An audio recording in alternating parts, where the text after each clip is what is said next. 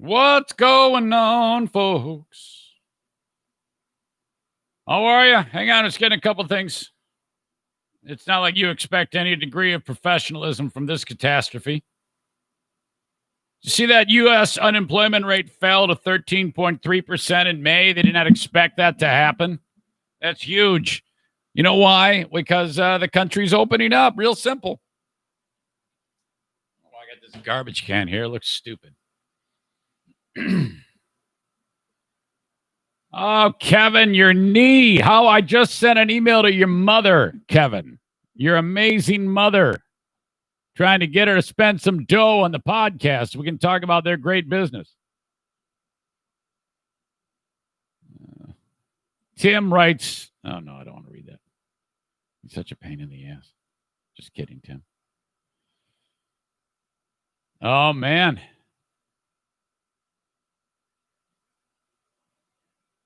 All right. I got to get started. Sorry. Wait, where am I? Make sure I got this going on the Patreon. Okay. Yes, I see it. It's there. Here we go. Nah, I don't want to do that one. I want to do this.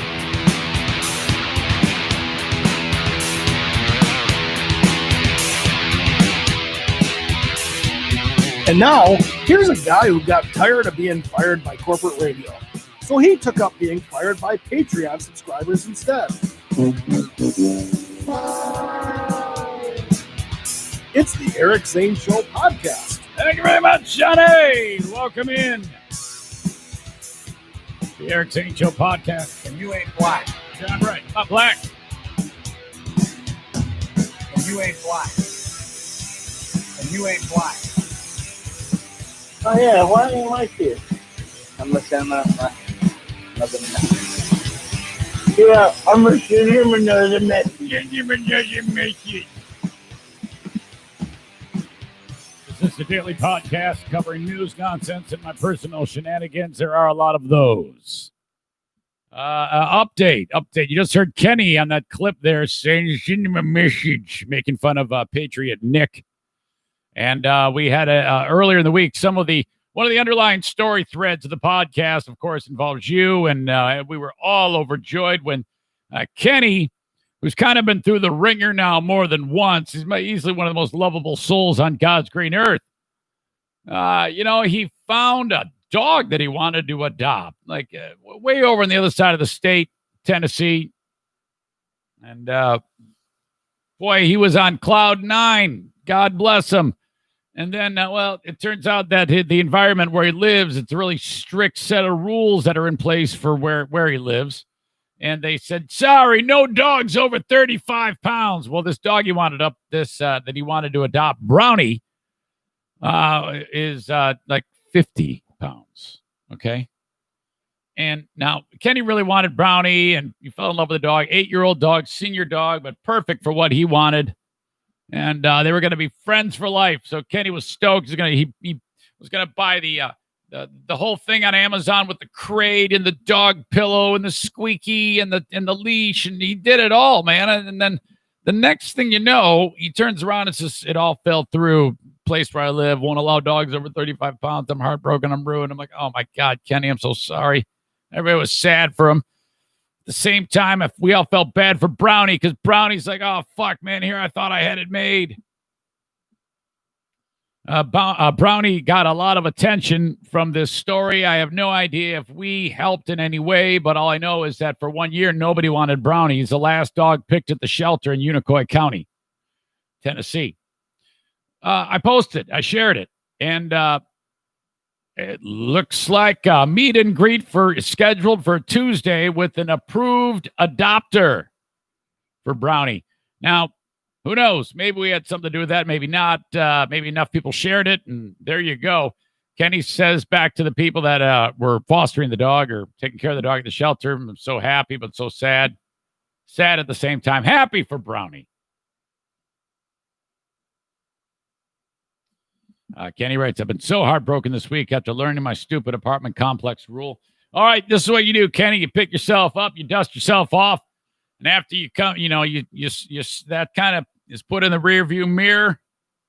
You go fall in love with another puppy dog at your local shelter that weighs under 35 pounds. That's what you do. Make sure you bring a scale. That's such a bullshit rule, by the way. I can't believe that you have to deal with that. Damn it. Eric, why do you work so long? Why this is my wife.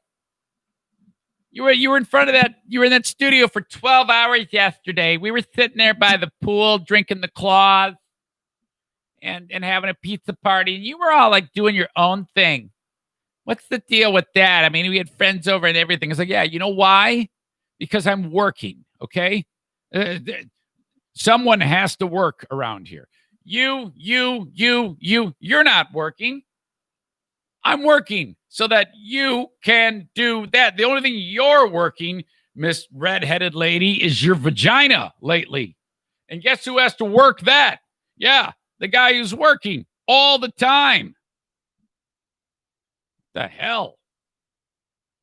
I'm not some kind of, yeah, let's, hey, Eric, you work 12 hours a day and then put it to me, but good. Yeah, that's great. My God. Fucking nightmare. We should have Kenny come up here to Michigan. Oh, I can't even make that joke. I can't even say that with a straight face. I was going to bring Stu McAllister in via one way, but now I'm going to bring him in via another way. What the hell is Stu's number, though? Damn it, I should have prepared this ahead of time. Another classic example of how I'm kind of a loser. 616-826. All right. Got a lot of things run by old Stu McAllister. I told him I'd be calling.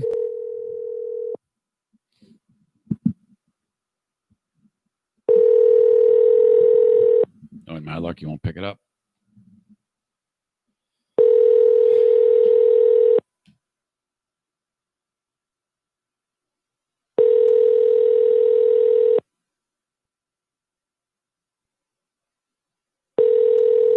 Come on, Stu.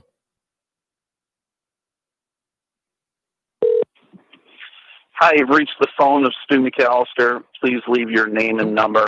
The worst part about Stu is that when he picks it up on his voicemail, it actually sounds like he's there. Like you can hear the ambient noise and such. And so it's like, wait a minute. All right, I'll get to that in a bit. There's several things I want to run by Stu. I want to talk Buffalo. I want to talk about old ladies swinging the baseball bat. I want to talk about Drew Brees. Let me follow up with a quick text here. I apologize. I'll call back in a few.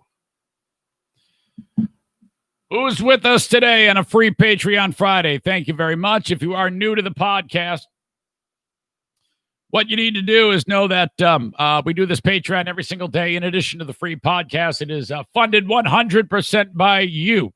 So if you're new to it, please consider signing up for the Patreon bonus podcast for just $5 or $10 a month, which is nothing. You get 5, count them, 5 new podcasts each week.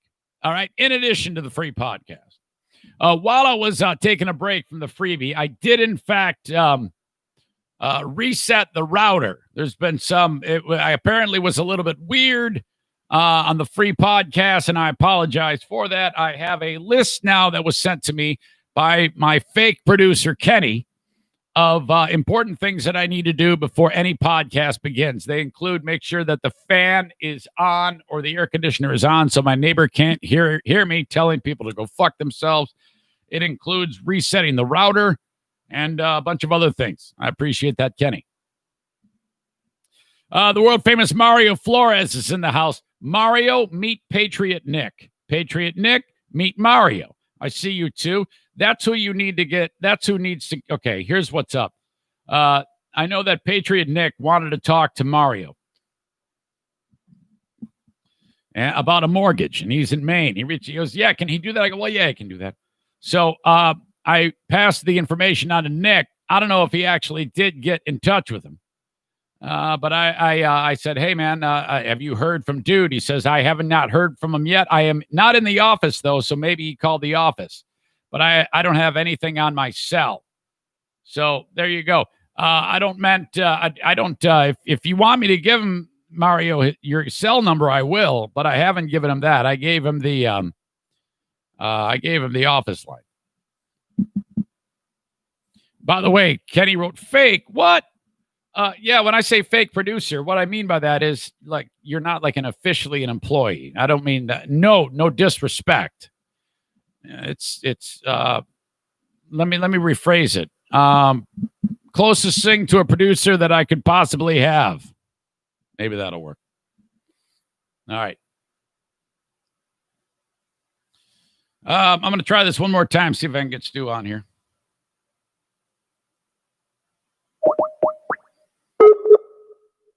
I would be so bummed if I have to...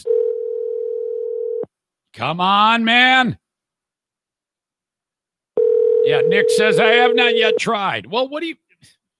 Call him. Give him a message. Message. Son of a bitch, Stu. Are you serious? All right, screw this. So this story in Maryland, this is incredible. Thanks to Randall for reaching out and sending it to me because I wouldn't have known about this otherwise. And I can't tell you how many times this has happened where the show contributors, Randall, whoever you may be, send something along and it's like, damn it, I would have never have known about it. I wouldn't have seen it, but you all do an amazing job. This happened on June 1. So now we're getting to the point where the ridiculous things that keep happening with regards to the death of Floyd and the cop thing, it just keep happening. And it's kind of like it was the same thing with COVID-19. And now it's happening with this. All we have to do is let the story unfold. The world will be the assholes that they are. And we will be left to pick up the scraps and talk about it. Most of what we learn these days is because of eyewitnesses who have a camera on their phone. And I, for one, am just so damn thankful of that.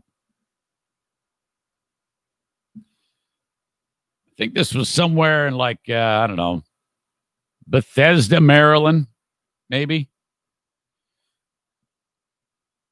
Some guy's riding his bike. He's got his, his helmet on, his bike pants, taking a ride, and he notices as he's headed down the road, there's a group of people, 2-3 people.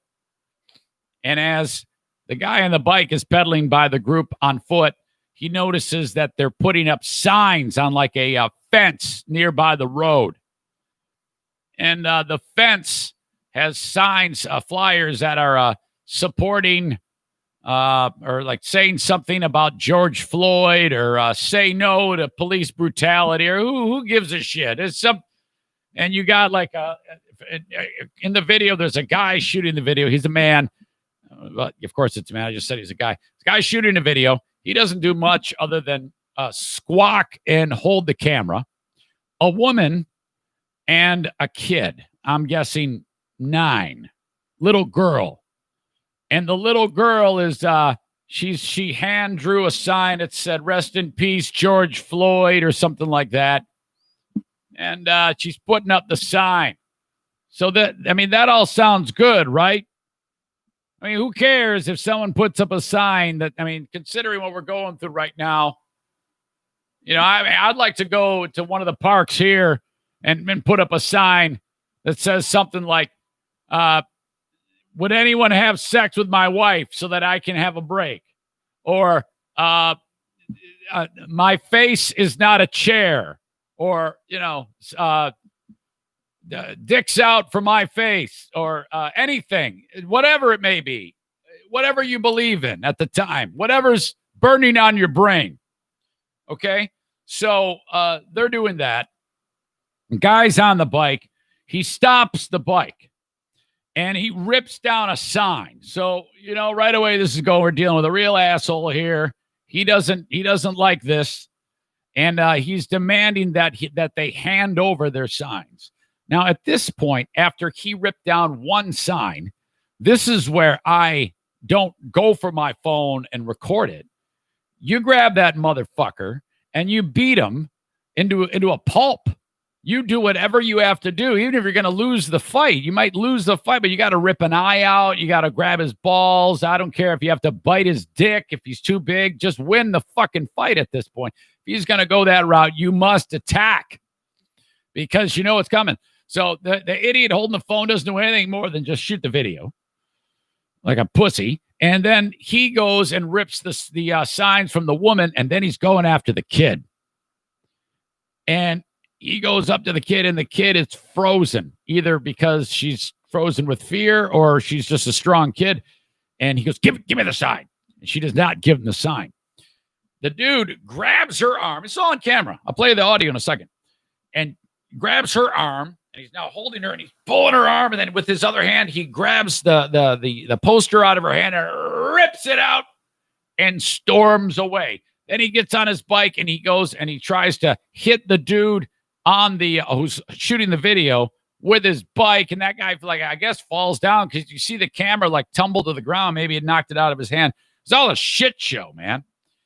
So I didn't find out about this till just in between podcasts. Randall sent it along, and now the shit is hitting the fan on this guy. At least that's what I thought. Because hold on a second here. I don't want to read Kenny's email again. Shit. Hold on. Stay with me. The big bad internet machine went to work. One guy showed the video. It's been viewed 21.5 million times. I think it was actually June 2nd it happened. If you look on it, like 2 posts in, it says we have a winner, and they what they mean by that is they think that they've identified him, and they have a picture of a guy from a Strava account, and it's you can see his ID on the Strava account, and it says the name of the dude, and so at first glance you think, well, they got him, they got the guy, because online, if you do something like this and they find out who you are, you're ruined. So one guy posted 5 hours ago, we have a winner, and showed a Strava account of the guy. Strava is like a fitness tracker. And then with that comes a name. And then people started tracking down the name and different photographs of the guy. And my God, so you're thinking, this is it. This guy's life is over. He went after the kid, ripped it out of her hands. There's no way this guy, his life is going to be ruined. Subject from this article. Ladies and gentlemen, it's not Peter Weinberg. Was wrong man blamed for assaulting young girl over the George Floyd flyers? Search goes on. Now, the video we have is a little bit grainy of a guy. He looks to be like any guy on a bike, I guess. And the video, or the still image of the Peter Weinberg dude, I mean, I guess it looks like him. They're both wearing sunglasses. They're both wearing bike helmets. They're both white. But you can't say for sure it's the same guy.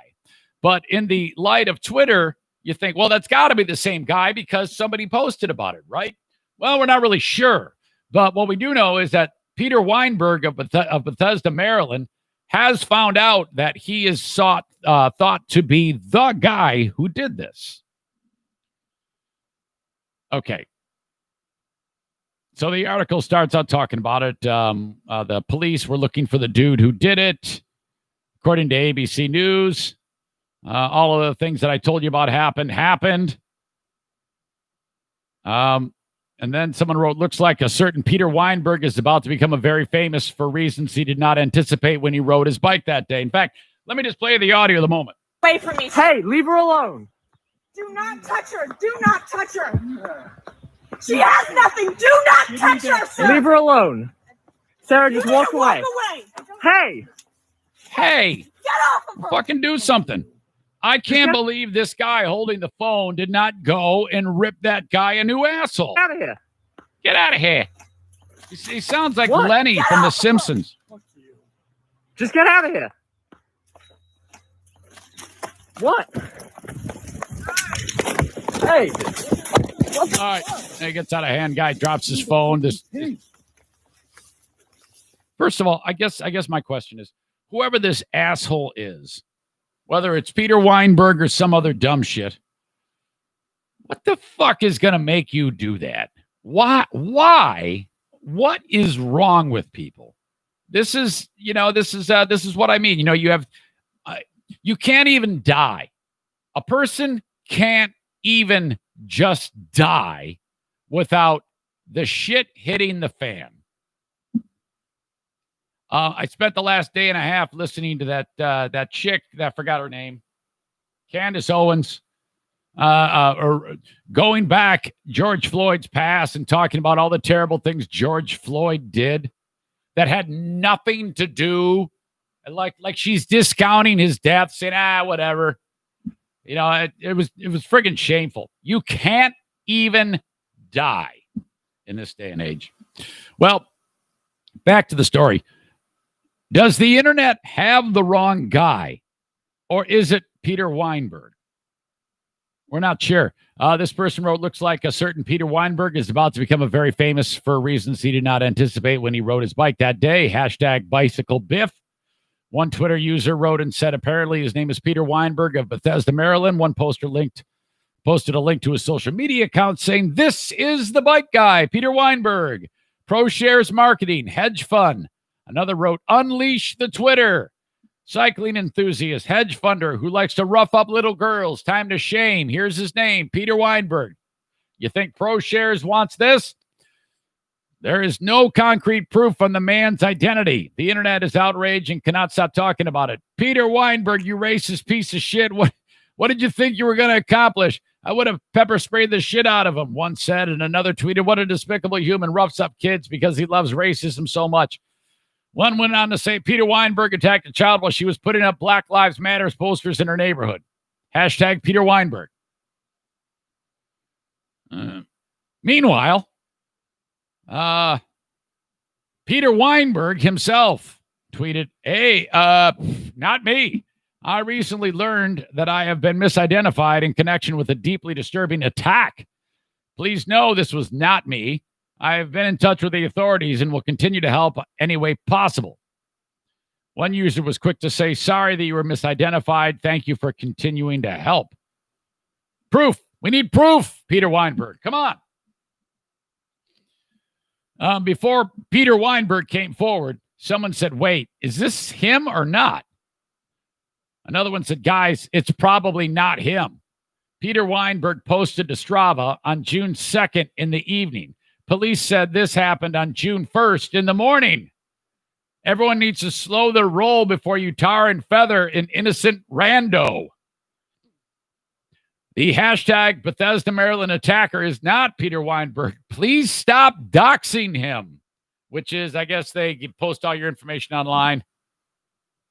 Another wrote, for the record, I will say that if the wrong guy has been ID'd as Bicycle Biff, I will post a full retraction and apology. Man, fuck. Really bad. I believe that Peter Weinberg is not the guy who did this to the kid. But if it is him, it's fucking brilliant, frankly.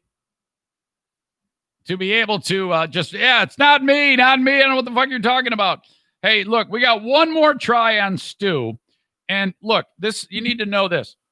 At 11:20, I wrote, what up, man? Want to chat on the Patreon in a bit? Sure.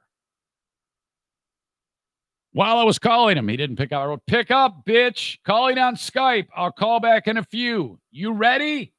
No response. What the fuck is going on with Stu? This will be the last try. If this does not work, we're fucked. Because I was counting on him to be able to talk about all this shit.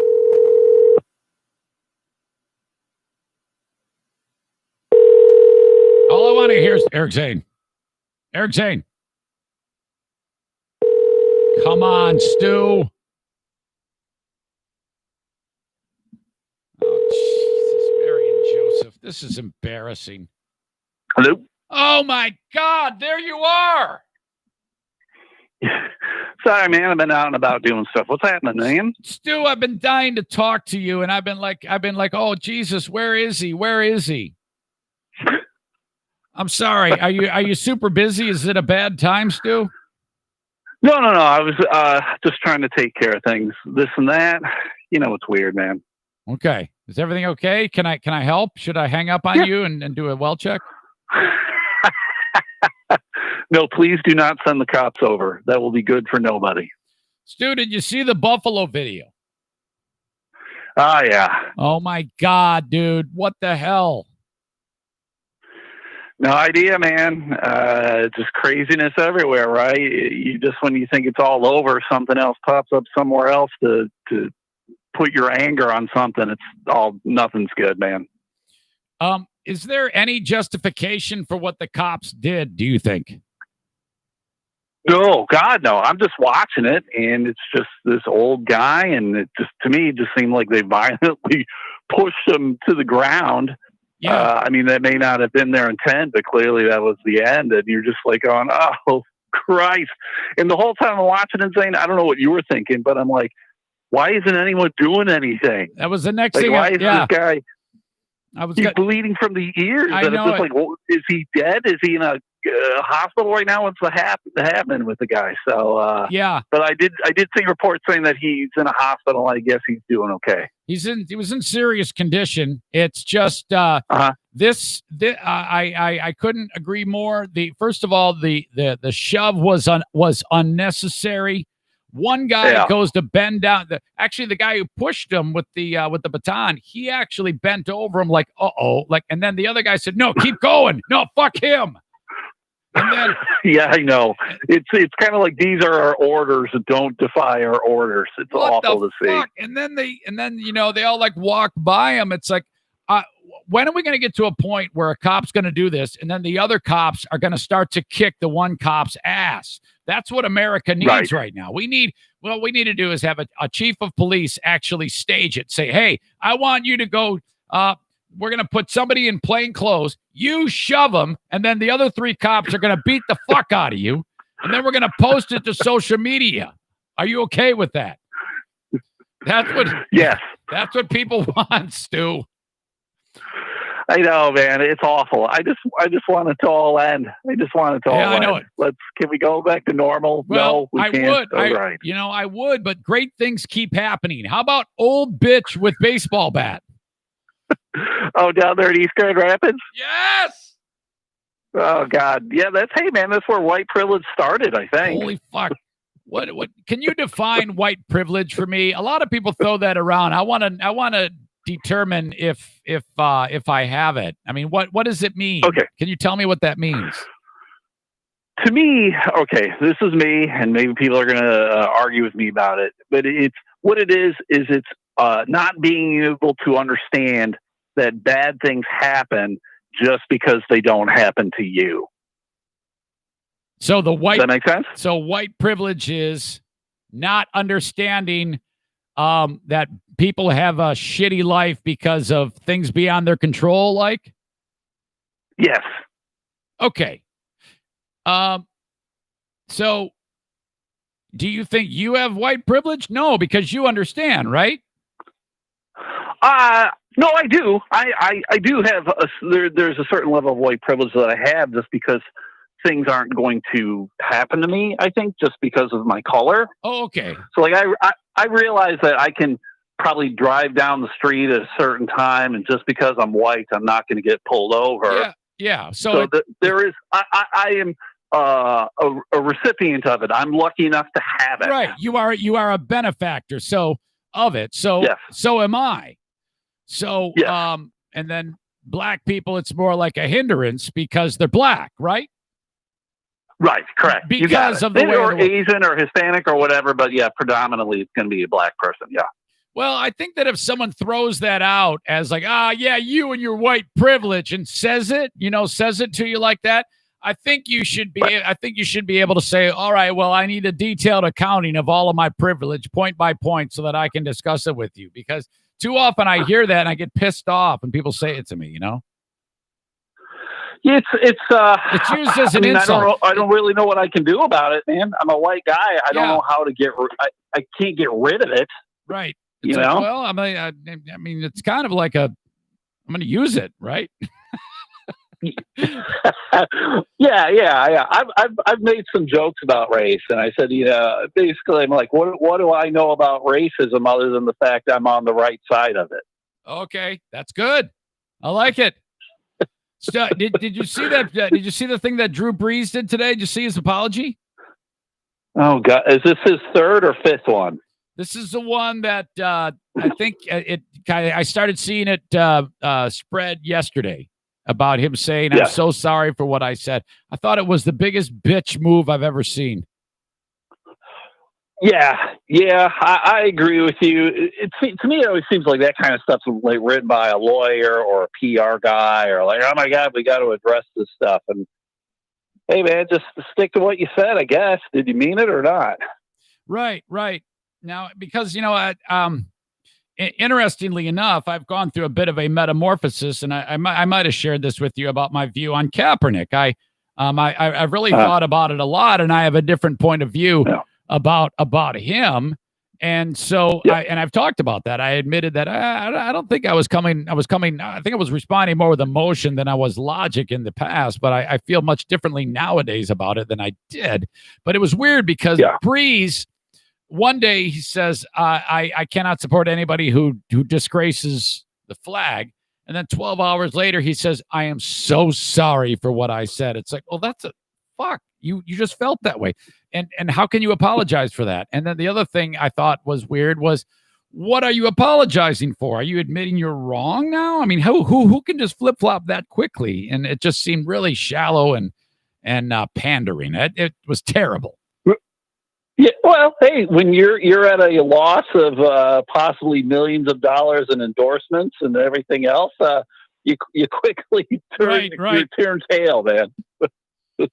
Are you back to getting Dippin' Dots into the freezers yet? Because people are dying, man. Hell no, man. I'm sitting at home living the high life. All right. Listen, that podcast is fantastic, and the fact that you've got the T-shirts now for the 6-member mafia is fantastic. And that's still happening, right? They're all gone, man. Oh, you did Every it. shirt that I have has now been given out. All right. Well, maybe further down the road, it's still worth your time to check out the Elemental podcast. Free podcast available on all the usual platforms, Patreon too, and plenty of podcasting to go around. Way too much. That's all I got to say. There's way too much. Weekend plans before I cut you loose. I do that variety show thing on Sunday, so just getting ready for that and cleaning up the house, I guess. Wait a minute. Trying to stay busy. What do you mean variety show? What am I missing?